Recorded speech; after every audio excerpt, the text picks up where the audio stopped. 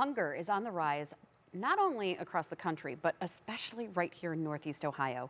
And this morning, I am joined by Dr. Amy Acton, who's addressing food insecurity in our community. And of course, as you know, Dr. Acton, you know her from her time as the director of Ohio Department of Health during those early days of the pandemic. You were in my living room almost every day, giving those updates.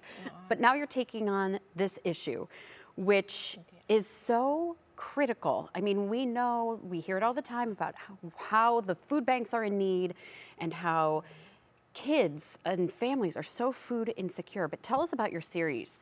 Yes, well, our series writ large is Health, Hope, and Healing. And it really comes from emerging from the pandemic.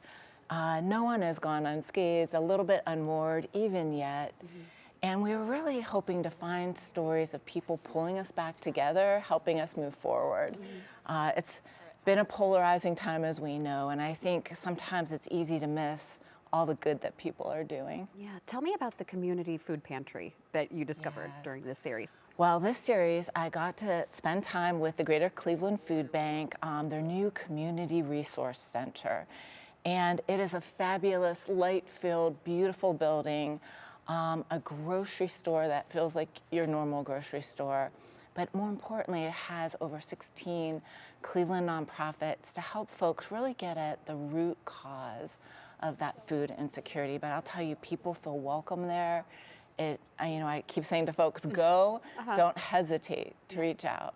There seems to be, and I'm sure that there's a lot of people who are very proud and never imagined themselves to be in this situation. How do we break that stigma of not being embarrassed to go to these resources? You know, the need has never been greater. Since the pandemic, we thought that was the height, but the numbers have gone up month after month. Things are tough, inflation, pandemic era support's gone. But many of the people who come are first-time goers. Things are tight. People have hospital bills that were unexpected. Rent is up, housing costs are up. So I really hope no one ever hesitates. In my own life, as a child, I relied on food and assistance. And there is fresh produce. We have a lot of senior citizens who are living on a fixed income. They will give you so much produce and tips on how to use it and stay healthy. So please, don't hesitate to reach out. It is our neighbors, it is us, every walk of life. Don't skip a meal. I know moms will skip a meal to feed our kids, and really that's why we have emergency assistance. And in the upcoming episodes in this series, you talk about college food insecurity, which, I mean, I remember looking at my bank account as a college student, but how big is that problem?